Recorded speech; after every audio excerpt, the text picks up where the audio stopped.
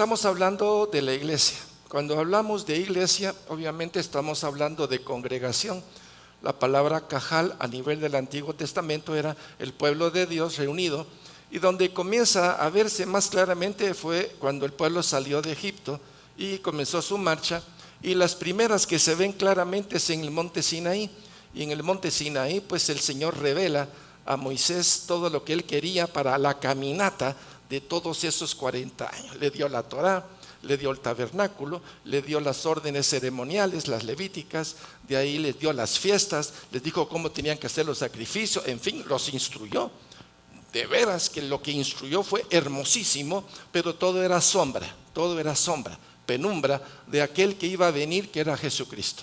Entonces, en el Antiguo Testamento hay una iglesia por la palabra de traducción que es congregación. Entonces estaba la congregación del pueblo judío. Generalmente la palabra congregación está dirigida a los políticos y se juntaron para cambiar reglas sociales, perfecto, por ahí va. Pero es más aplicada hacia nosotros en lo que se refiere a la unidad. El pueblo de Israel, un pueblo unido, un pueblo compacto, 12 tribus, un montón de chilindrines por todos lados. Imagínense ese desierto.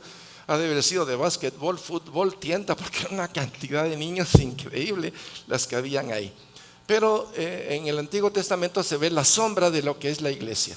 Ahí lo que prevalecía eran los sacrificios, las fiestas del Señor, el sumo sacerdote con sus 8 piezas, el profeta cumplía una función, el sumo sacerdote cumplía otra función y el rey cumplía otra función. Se llaman los 3 oficios de Jesucristo: el profético, el sacerdotal y el de rey. En el Antiguo Testamento se mira perfectamente. En el Nuevo Testamento el pueblo de Dios ya no tiene eso. Me refiero a Israel. Israel, pues los profetas, pues no sé por dónde estarán.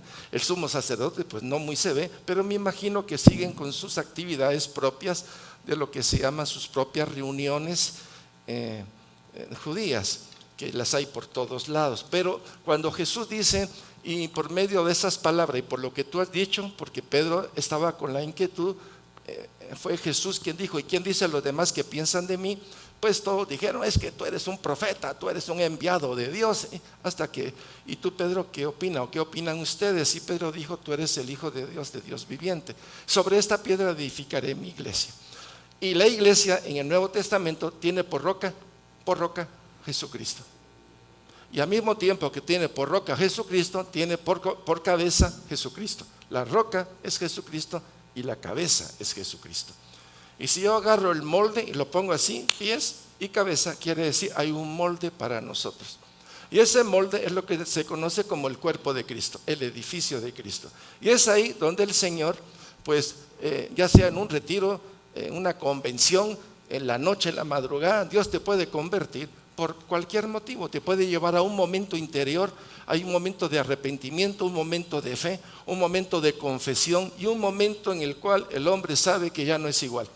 Hay conversiones que son muy específicas y hay otras que son realizadas a nivel comunitario, como pueden ser los retiros o las masivas convenciones o actividades de 30,000 gentes, en el cual pues se llaman campañas evangelísticas, en donde un montón de gente se convierte.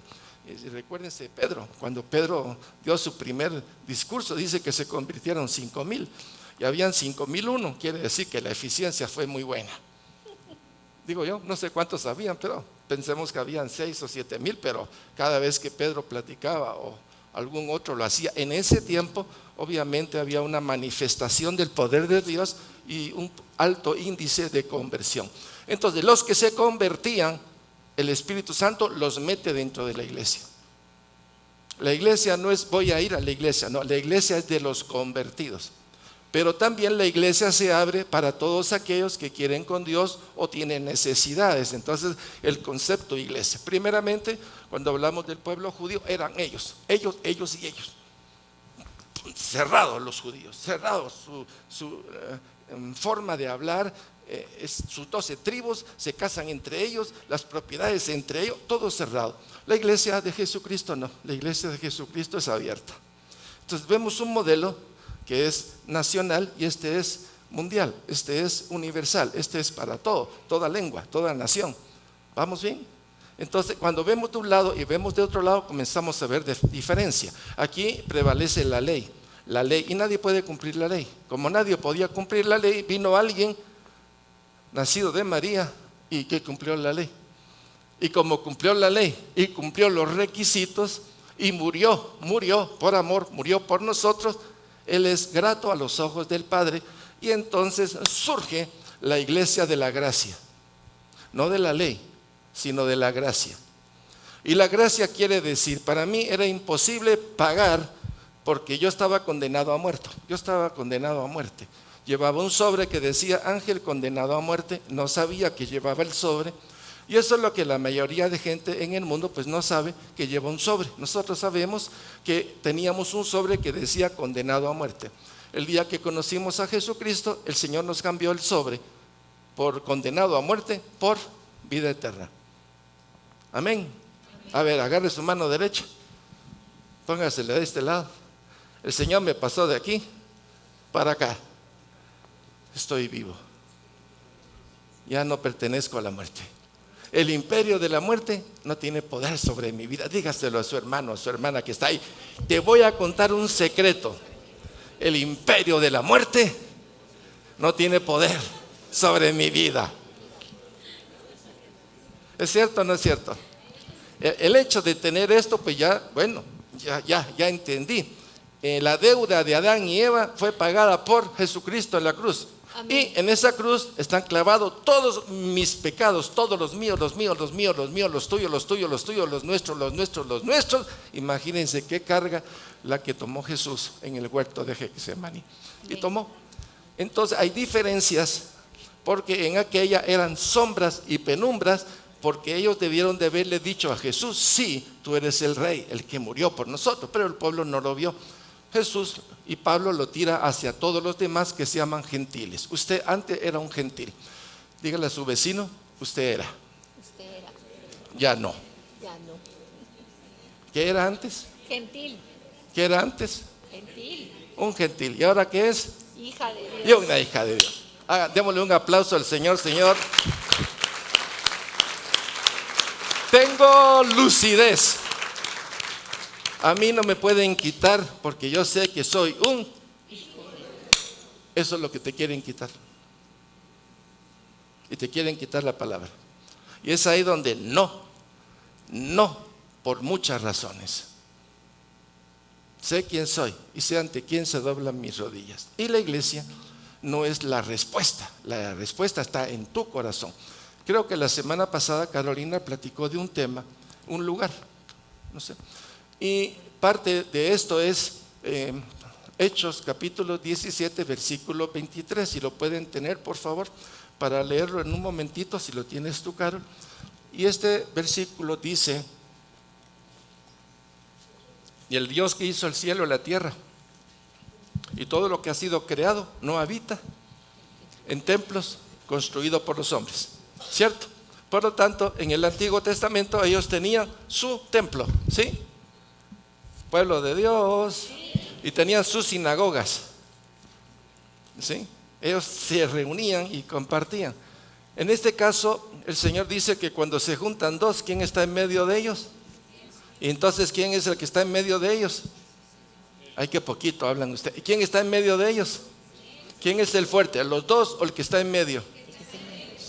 Resuelto el problema. El que está en medio es la clave. Y si dos que ya tienen al Señor y saben que son templo, yo soy templo. ¿Usted qué es? Aquí vienen los que son de Él. Este no es el templo, perdone, este es el lugar donde nos reunimos. En cualquier lugar donde nos reunamos nosotros que somos templo, ahí está el templo de Dios. Por eso las citas tienen que ser bien vistas. Hechos 17:24 dice entonces: el Dios que hizo el mundo y todas las cosas que en él hay, siendo Señor del cielo y de la tierra, no habita en templos hechos por manos humanas. Ok, eso quiere decir que no es el lugar es usted. Aquí es el lugar. Muchos de la época medieval y de la reforma, del tiempo de la reforma, aparecieron muchos que decían: no busques a Dios afuera, búscalo dentro de ti, porque dentro de ti está la marca de propiedad, somos de Él. Y si somos de Él, De alguna manera, Él me está buscando, ¿cierto? Y el día que me halla, quiere decir, he hallado a quién, al que me buscaba. Si no, lo dije muy rápido. He hallado al que me buscaba. ¿Será? O el que me buscaba me halló. El que me buscaba me halló. Quiere decir, me dejé de ocultar. Señor, ya sé quién soy, ya sé quién eres. Eres tú, Jesús de Nazaret, el Hijo de Dios Altísimo, hoy conocido como Jesucristo, el ungido, el Rey de Dios, el Rey de la gloria, ¿no? Entonces, cuando vemos estos elementos, y aquí comienza a sonar, caramba, soy templo. Si soy templo, a donde yo vaya, sigo siendo templo. Y si soy templo, tiene que haber alguien que vea quién es la cabeza. Y yo no soy la cabeza de mí. Alguien me compró, y como alguien me compró, la cabeza es Cristo en mi vida. Y cuando reconozco que Jesucristo es la cabeza de mi vida y me junto con otros que piensan igual, estamos bien. Uy, qué silencio. Fácil el tema, ¿va? A ver, ¿quiénes tienen aquí por cabeza a Jesucristo? Qué poquitos. ¿Quiénes tienen aquí por cabeza en su vida a Jesucristo? ¿Usted cuando ora, a quién busca? ¿A Jesucristo o se busca a usted? Al Señor Jesús. Ahí bajaron la voz. A Él. Y si nosotros nos juntamos aquí y venimos el día domingo, ¿a quién estamos buscando? A Él. A Él. ¿A quién queremos alabar? A Él. ¿A quién queremos glorificar? ¿Ante quién lloramos? ¿Ante quién ponemos nuestras necesidades? El quebranto de salud. Ante Él, ¿cierto? Con dos es suficiente, no pide mucho. Donde hay dos, ahí está la fuerza del universo que es Jesucristo. El poder de Jesucristo, la presencia de nuestro amado Señor. Entonces, cuando hablamos de iglesia del Nuevo Testamento, Jesucristo es la base y es la cabeza. Nosotros somos el cuerpo, somos el edificio. Y cuando nuestra mentalidad comienza a cambiar, cambia nuestra forma de ser. Cambia nuestra forma de ser. Si yo sé que la muerte fue vencida por Cristo y la muerte de Jesús mató la muerte, y si la muerte de Jesús mató el imperio de la muerte y pertenezco a Jesús y Jesús está en mí, la muerte ya no tiene poder sobre mí.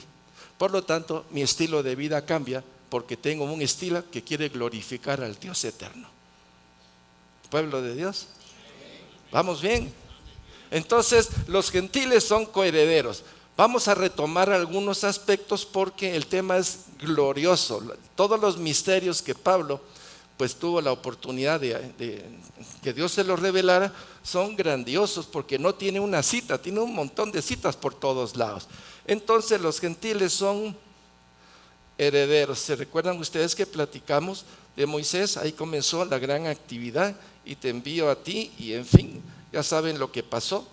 Y estamos viendo los misterios, estamos en el misterio de la iglesia, lo trajimos del Antiguo Testamento para que vieran también que Jesucristo estaba en el Antiguo Testamento y lo vimos bajo dos figuras, hay varias, pero pusimos dos en especial, Melquisedec y el ángel del Señor. Jesucristo en el Antiguo Testamento expresado gloriosamente, manifestado en una forma impresionante. Y ahora pues Jesucristo es quien nos dice que somos ¿quién? Hijos de Dios. Y si somos hijos, ¿de quién será la mano grandota que está ahí? Del Padre. ¿Y la otra de quién será? Mía. No, dígale al vecino, esa es tuya, mira, se parece a la tuya. ¿Sí? Se parece a la tuya. Parece tu manita. Es la mano de Dios para hijo mío. ¿Cuántas veces en el Antiguo Testamento vemos que el Padre dice, cuántas veces he querido que me llaméis Padre? Y no lo habéis permitido. Uno diría, 1 o 2 veces, no, hay más de 6 veces que el Padre dice, ¿cuántas veces he querido reuniros? ¿Cuántas veces he querido que ustedes me llamen Padre? Pero no quieren. ¿Cuántas veces os he llamado y no quieren? Bueno, entonces estamos viendo situaciones bien interesantes. Cristo es la cabeza de la iglesia. Estoy hablando de la iglesia que Jesucristo fundó. Él es la roca base y es la piedra angular. Ahí está, ahí estamos. Entre esta parte y esta parte, ahí está metido usted. Ahí está usted metido. Y todos nosotros estamos metidos en un puntito porque somos una parte del cuerpo de Cristo. Quiere decir, el mundo entero, en el mundo entero está el cuerpo de Cristo, distribuido por dones, distribuidos por cultura, distribuido por todo lo que usted quiera, pero en función del reino de Dios. O sea, no es una iglesia que sea transformada por la sociedad o por la filosofía o por la ética del tiempo. La iglesia es la que trae los principios del reino de Dios para conquistar los pueblos bajo la cultura del reino de Dios. Y es ahí donde es un reto para nosotros. ¿Sí? El mundo roba. ¿Sí? ¿Y usted? No. Ya los principios de Dios es ya no robo, ya no miento y ya saco un montón de no. Y digo, ya no lo hago porque encontré el motivo, encontré el tesoro precioso que es Cristo. ¿Sí? Y en el tesoro precioso de Cristo, el Señor dice, si robas no entrarás en el reino de Dios. Si miente, entonces uno dice, hay características de cómo debo de caminar y las cosas que no debo de hacer. Porque si digo que soy cristiano y robo, miento, engaño, adultero, fornico y todo eso que le estoy diciendo a Dios, no quiero contigo. Entonces los frutos nos dicen a quién le estamos sirviendo. Vamos a la primera. En toda esta tenemos 2 veces Jesucristo se refiere a la iglesia, 2 veces. Las únicas 2 veces están en el libro de Mateo. Y miren ustedes lo curioso de lo que dice estas 2 citas. Primero vamos a ver Mateo 16, 18. Respondiendo Simón, Pedro dijo: Tú eres el Cristo, el Hijo del Dios viviente. Entonces le respondió Jesús: Bienaventurado eres, Simón, hijo de Jonás, porque no te lo reveló carne ni sangre, sino mi Padre que está en los cielos. Y yo también te digo que tú eres Pedro, y sobre esta roca edificaré mi iglesia, y las puertas del Hades no prevalecerán contra ella. Ok, entonces yo también te digo que tú eres Pedro y sobre esta roca. Ya hemos dicho que sobre esta roca no es Peter, ¿ya? ¿Se recuerdan? No, sí. Peter, no eres tú. Acuérdese, sino lo que dijo Peter. Y él dijo, el Hijo de Dios viviente. Tú eres el Cristo, el Hijo de Dios viviente. Sobre esa base está edificada la iglesia, sobre una verdad eterna. Esa es la roca firme. Y luego dice, y sobre esta roca edificaré mi iglesia. Pero fíjese lo que dice después, y las puertas del Hades no contra ella. En la cruz venció Dios la muerte. Y se recuerdan que en Apocalipsis 1, 17, 18 dice, yo soy el que estoy vivo y tengo las llaves de el Hades y la muerte. ¿Quién venció? ¿Cuál es el poder de la muerte? Ninguno. Bueno, es posible que alguno tenga temor a la muerte y tiene razón si lo podemos ver humanamente. Yo no quiero que se muera mi esposa, ni mis hijos, ni mis nietos, ni mis bisnietos. Ya aún no han nacido, pero no quiero. Hay un anhelo profundo en que no ocurra eso. Y el anhelo más profundo es que todos se conviertan, que todos sean hijos de Dios, ¿o no? El anhelo más profundo es que todos se conviertan, nuestros hijos, nuestros nietos, todos que se conviertan.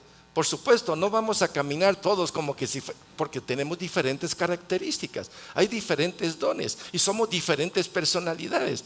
Podemos tener 20 hijos y no se parecen unos a otros, tal vez físicamente la naricita de la mujer o el ojito del papá, algo así, ustedes de aquel lado, pero el carácter y todo lo demás, perdónenme, una diferencia abismal entre un hijo y otro. ¿O no es cierto, Gaby?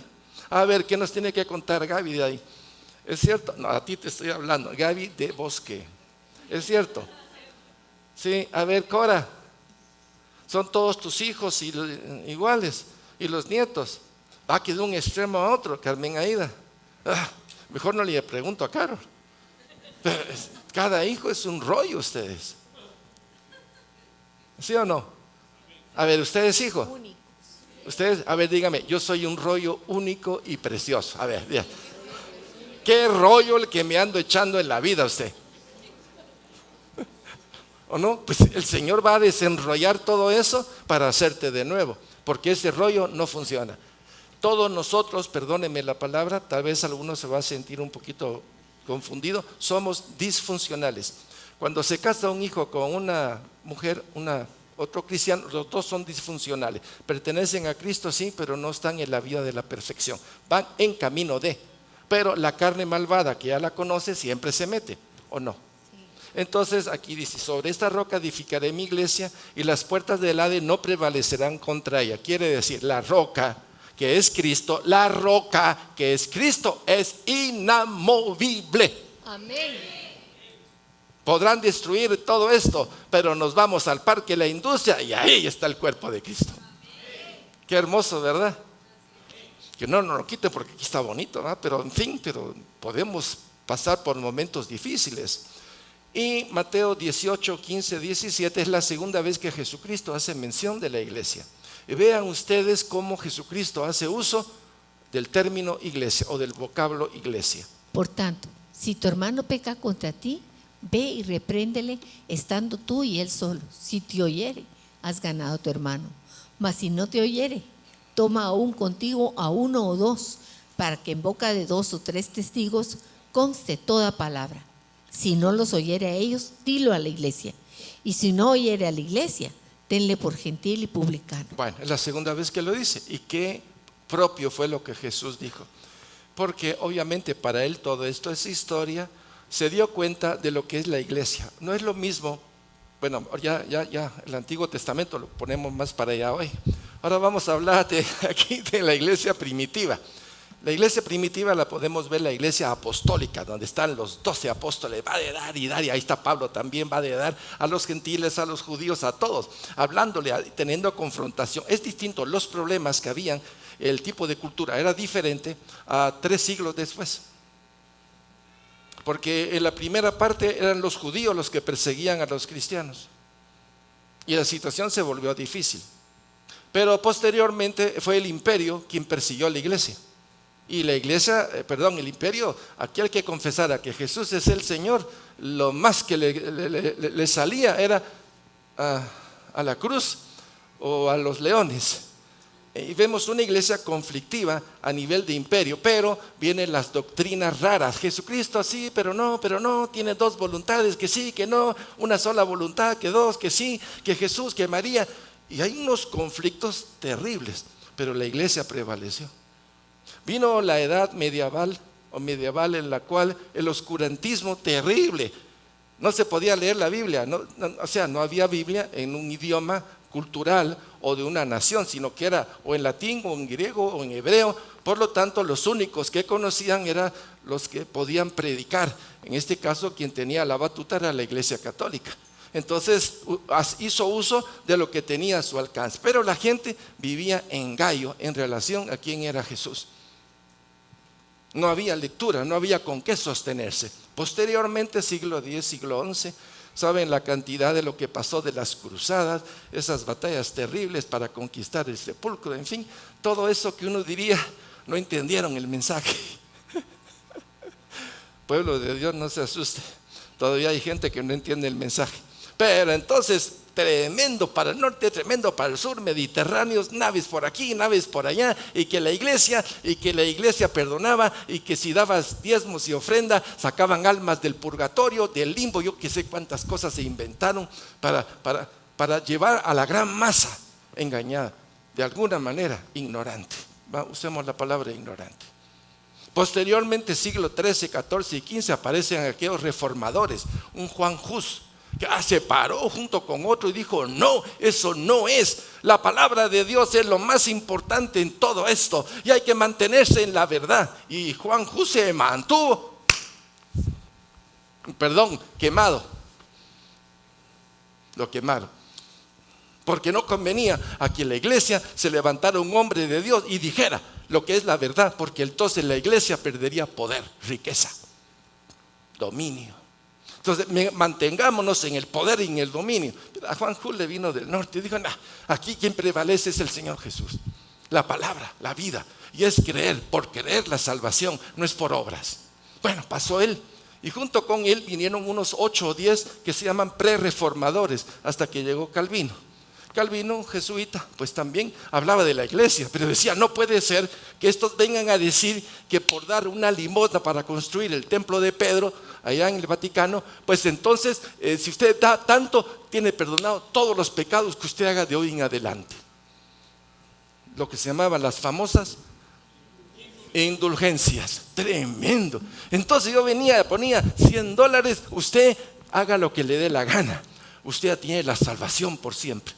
¿Cómo se llama eso? Simonía. Compra de las cosas espirituales. Entonces el negocio, y comenzaron a vender iglesias y a agarrar parroquias y a agarrar dominio. Y la iglesia,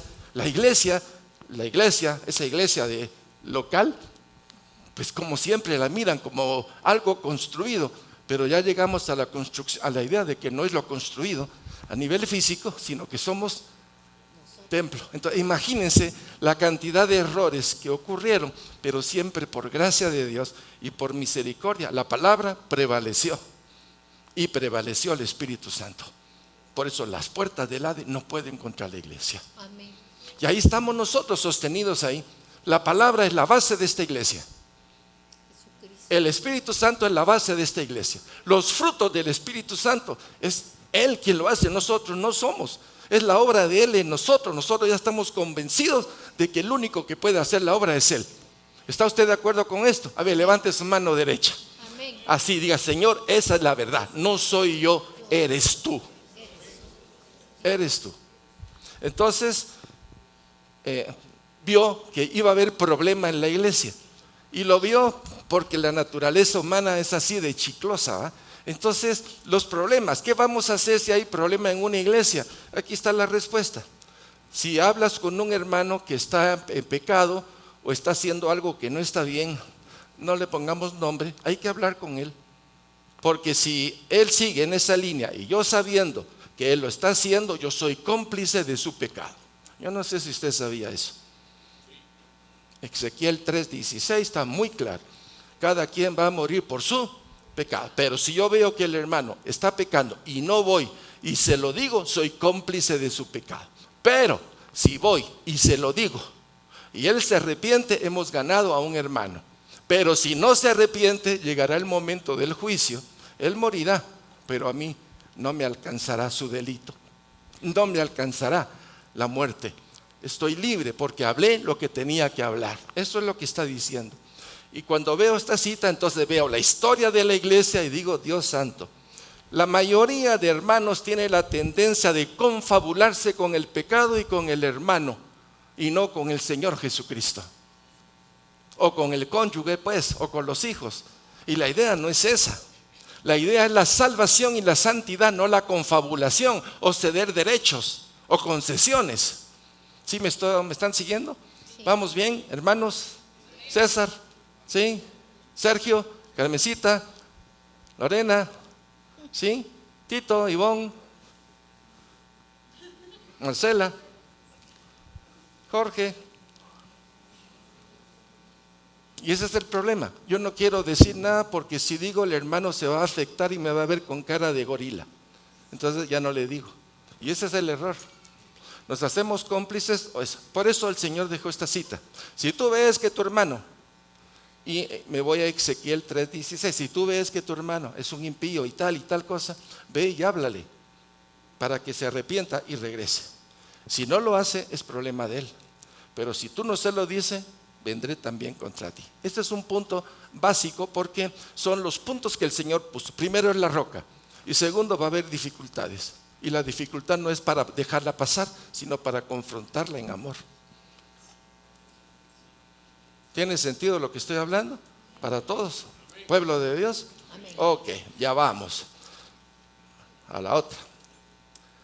Cristo es la cabeza de la iglesia, su cuerpo y su salvador. Este es un punto básico. La iglesia no es tuya ni es mía, y es de todos.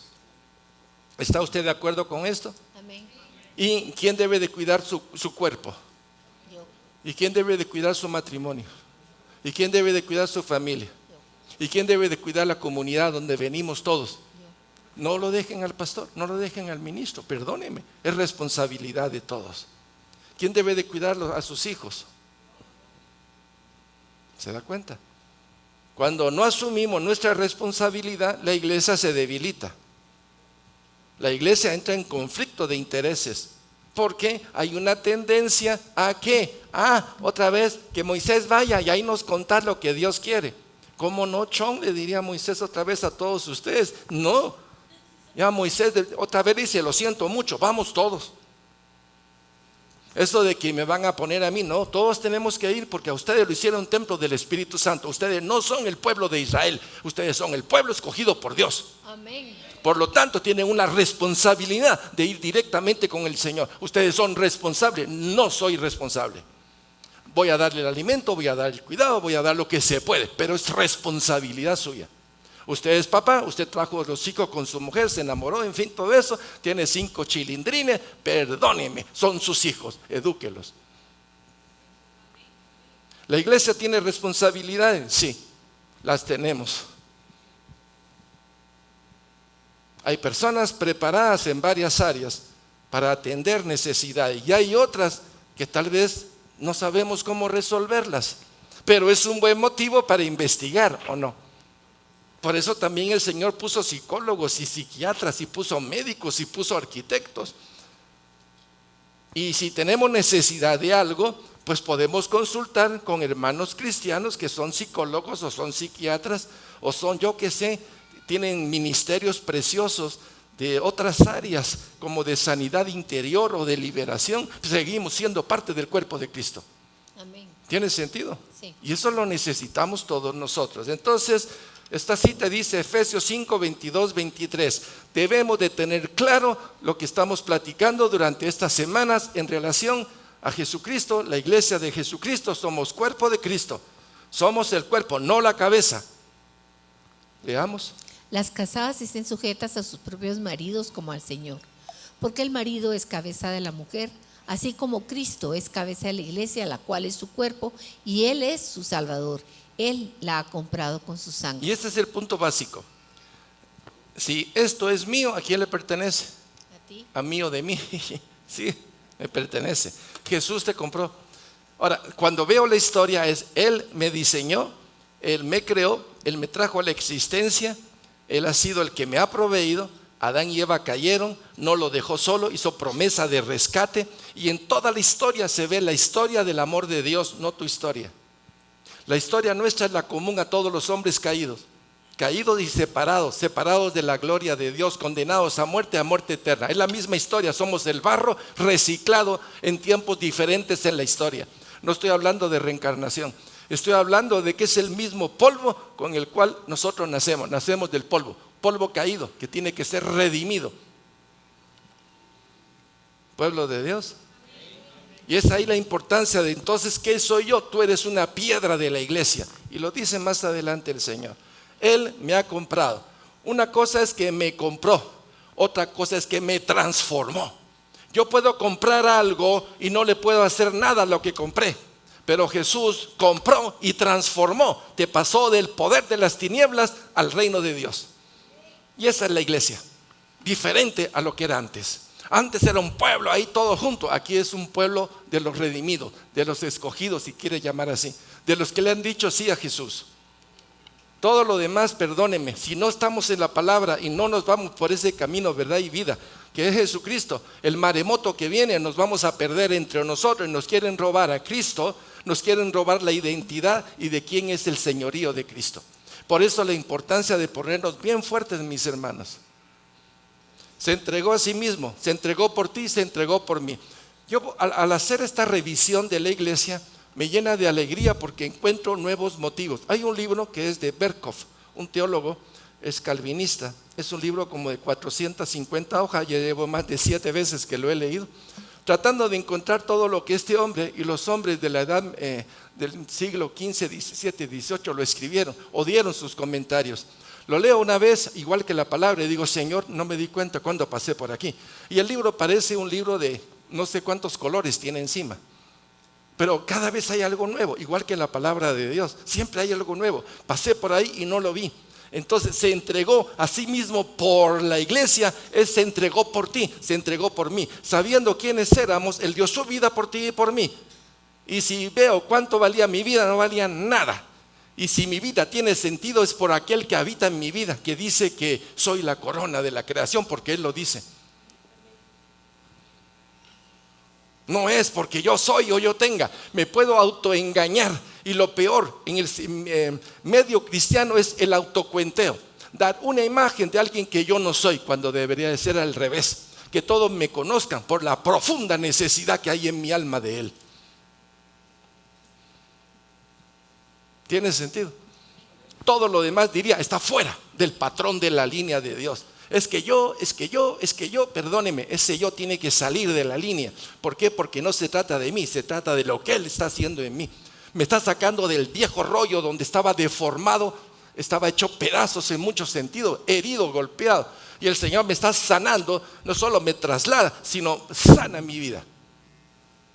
Y eso es lo que necesitamos también, sanar nuestra vida en todo el sentido de la palabra.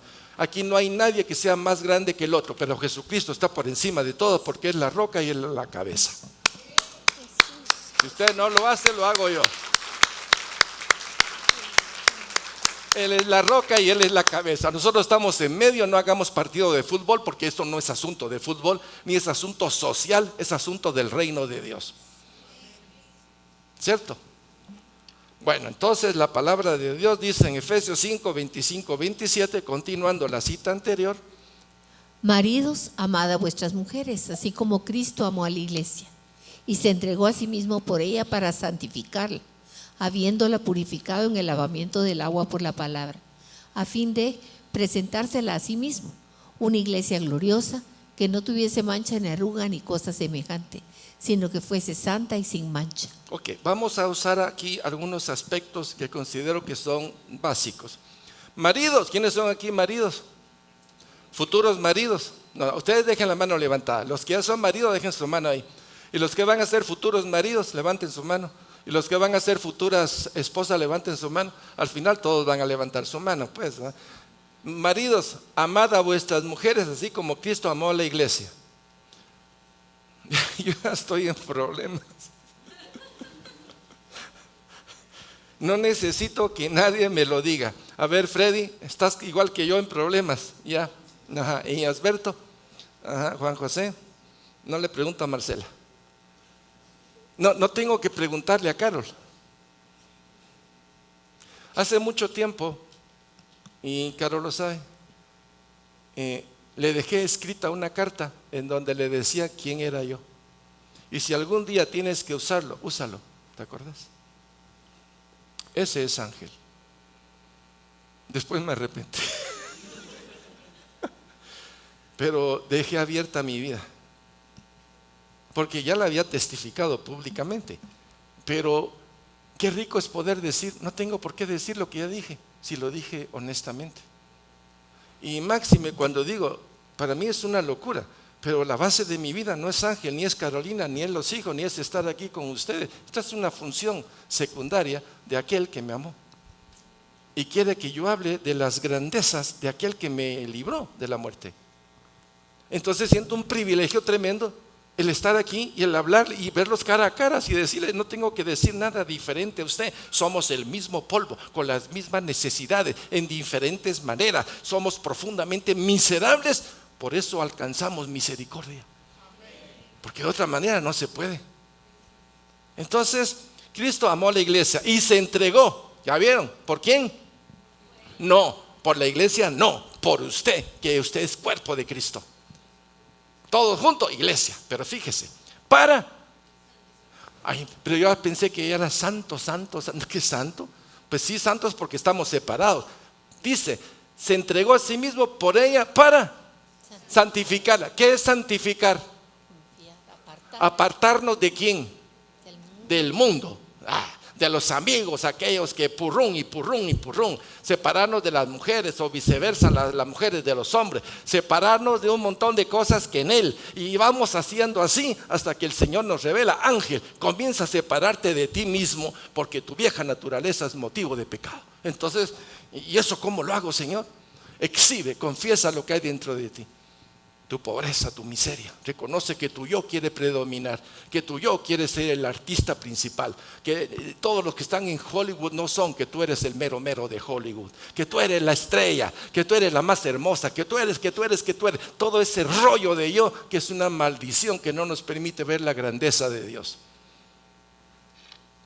Entonces, para santificarla. A ver, ¿usted ya es santo? No lo es. Y lo digo yo, no, aquí este Ángel siempre se adelanta. Lo dije porque quise evitar la pena de algunos para que de repente no me haga así. Ay, no me hagas, no quiero que me veas Ángel. No, todos somos así. O aquí hay alguien que sea santo. A ver, una vez santo por lo menos, apartado, sí. A ver, ¿quiénes son los apartados? Levante su mano. Apartados para Dios. Sigue la pregunta, ¿estamos siendo apartados del mundo o confabulados con el mundo? Y si nos estamos apartando de la vieja naturaleza, de nuestra forma de pensar, hablar, interceder, hacer, salir de ese yo, quiere decir, nos estamos apartando de nosotros para irnos a aquel que nos llamó para siempre. La iglesia es para santificarla. Y dice después, habiéndola, ¿cómo se purifica? Con fuego. Con el lavamiento del agua por la palabra. La palabra. Ajá. Entonces, habiéndola purificado, ¿cómo? ¿Qué dice ahí? Quiere decir, la palabra es pan porque es alimento, pero la palabra es agua. Y eso nos trae al segundo mueble, que es el lavacro. El lavacro nos lava, nos limpia. Pero el agua del río de agua viva es el fluir del Espíritu Santo que nos limpia nuestra mente, que limpia nuestras intenciones, que nos hace ver de dónde vienen esas inquietudes en las cuales negamos las cosas de Dios por los intereses secundarios nuestros que trabajan debajo de nosotros. No sé si me expliqué. Sí. Hay una mentalidad carnal que siempre está socavando los buenos pensamientos de nosotros para que al final sea la carne la que reciba la gloria y no Dios. ¿Quién está de acuerdo? Sí. ¿Están conscientes de lo que estoy hablando? Sí.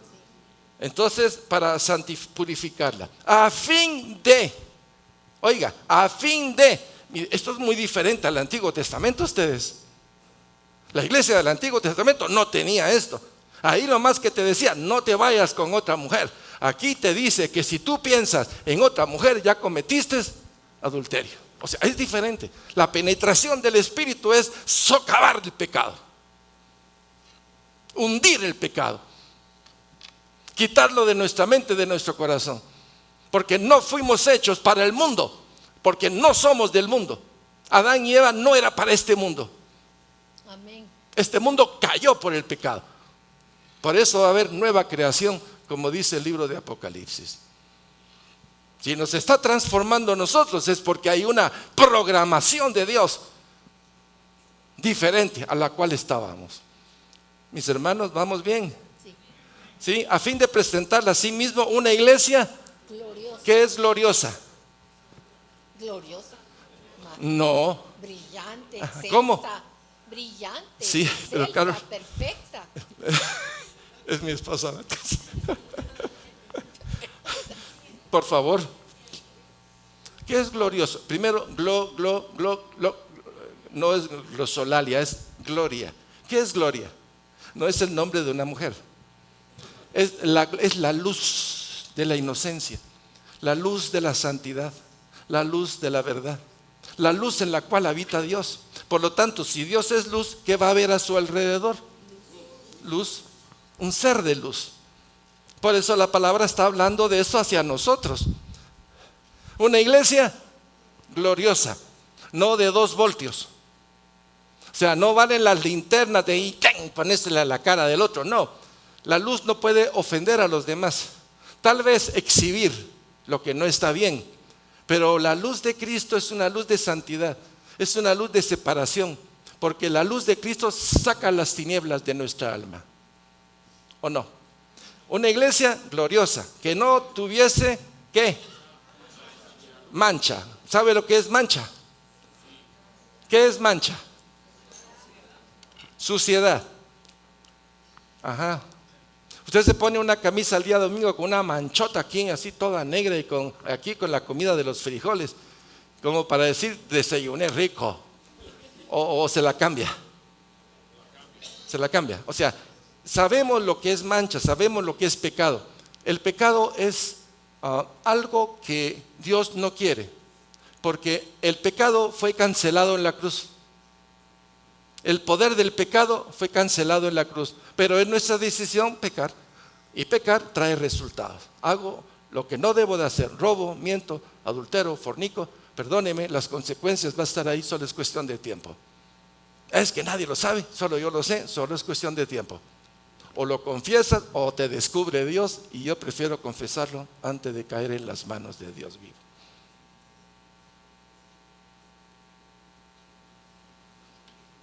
Usted no tiene derecho de jugar con su vida porque su vida fue comprada por Cristo. Yo no tengo derecho a jugar con mi vida porque mi vida no me pertenece. Y Él quiere santificarla, purificarla, a fin de presentársela a Él mismo. O sea, te hice, te creé, te caíste, te rescato y te quiero poner bonito, porque desde el principio eras para mí. Tremendo lo que estoy diciendo. Desde el principio fuiste para mí. Y no te voy a dejar. Y te voy a perseguir. Y si quieres pecar, pues peca si quieres, pero voy a estar detrás de ti. Y vas a sentir mi peso. ¿Qué tanto amor tiene Dios por ti y por mí? Ni arruga. A ver, ¿hay algún arrugado en su rostro el día de hoy aparte de mí? Porque ya tengo arruguitas usted. No, hago así para que no se mire, pero ya tengo alguna arruguita. Mire a su vecino así amorosamente y dígale, qué chulo estás, pero no le diga que está arrugado.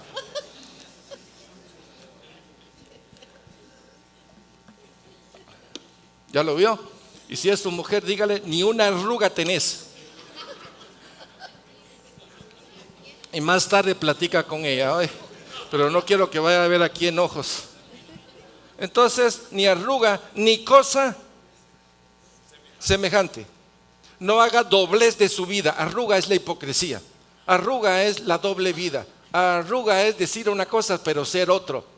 No tengamos arrugas, seamos claros, seamos íntegros. 2 y 2 son 4. No esté cambiando la fórmula matemática, aunque las matemáticas no son perfectas, perdónenme, no lo son. Perfecta es la palabra de Dios. Perfecto es el que murió en la cruz. Perfecto es aquel que nos quiere a nosotros en su gloria. Entonces, ni arruga, ni cosa semejante, sino que fuese santa y sin mancha.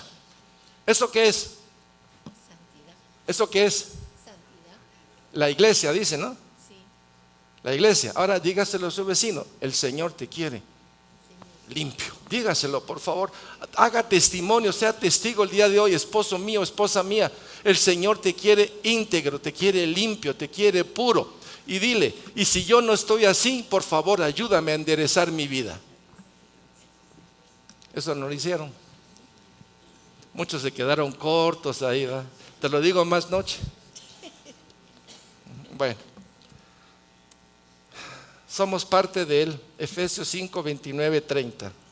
Porque nadie aborreció jamás a su propia carne, sino que la sustenta y la cuida, como también Cristo a la iglesia, porque somos miembros de su cuerpo, de su carne y de sus huesos. Y aquí es un punto con el cual quiero terminar. Usted no es un ser, si usted camina solo, permítame decirle que solo se está autocuenteando, porque es parte del cuerpo de Cristo. Si usted le dijo ya sí a Jesús, usted es soldado del reino de Dios, es embajador, es testigo del reino de Dios. Si usted cree que camina solo, permítame decirle que es un autocuenteo. No hay ninguno que siendo cristiano, siendo parte del cuerpo de Cristo, camine solo. Necesitamos de lo que Él dijo, montón de leños. El cuerpo de Cristo. Si no somos para Dios lo que Él dice que somos, tenemos nuestro primer error. Y segundo, el venir aquí con la apariencia de algo cuando deberíamos de ser auténticos, genuinos, claros, honestos, transparentes. Quiero ser parte del cuerpo de Cristo, quiero sin arrugas, sin mancha, quiero ser parte de ti. Yo no sé qué vas a hacer, de plano que hay una plancha eléctrica en el cielo en el cual me vas a planchar. Bueno, se llama la cruz de Cristo. Ya está. Mis hermanos, voy a parar aquí. Bueno, sigamos con esta. Cristo en vosotros, la esperanza de gloria. La última. Colosenses 1, 26, 27.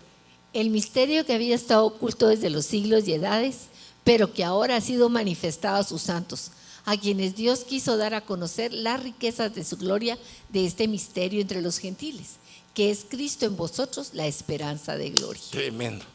El misterio, ya sabemos que el misterio es lo que nosotros no entendemos, pero ya cuando nos lo revelan ya no hay misterio, ¿cierto? El misterio de la iglesia en el Antiguo Testamento pues tiene su sentido. En la iglesia, nosotros somos cuerpo de Cristo, ¿sí o no? Y en el cuerpo de Cristo están invitados todos a participar del cuerpo de Cristo, judíos, ateos, incrédulos, paganos, de todas las culturas, están llamados a ser parte del cuerpo de Cristo. Antiguamente no, era el pueblo de Israel, pueblo de Dios. Hoy es el pueblo redimido, rescatado del poder de las tinieblas para la gloria de su nombre. ¿Lo tenemos claro? Pueblo de Dios. desde los siglos y edades, pero ahora ha sido manifestado. Aquí era un misterio. Cualquiera diría, es que la clave de todo esto era el pueblo judío. No es cierto. El pueblo judío solo fue otro vehículo más para llegar ¿a dónde? A la iglesia de Jesucristo. Porque es la única manera de reparar el pecado de Adán y Eva. Y quitar el pecado. Quitarlo, no ocultarlo. Y ser sellados con el Espíritu Santo. Y para eso hemos sido llamados todos. Por eso tenemos que ir a todos a anunciar la buena nueva. Amén. A quienes Dios quiso dar a conocer la riqueza de la gloria de este misterio entre los gentiles. Ustedes eran gentiles, igual que yo, condenados a muerte y no lo sabíamos. Que es en Cristo con nosotros la esperanza de gloria. Ya no soy un gentil, no pertenezco al mundo. Soy ciudadano del reino de Dios, conciudadano, heredero y coheredero de las cosas del reino de Dios. Y es ahí donde tenemos que estar sentados en todo el sentido de la palabra. Amén. Hoy sí paro aquí, ya me hicieron señales por todos. Alabadores, por favor, vamos a orar. Dejemos la Biblia, dejemos todo, por favor.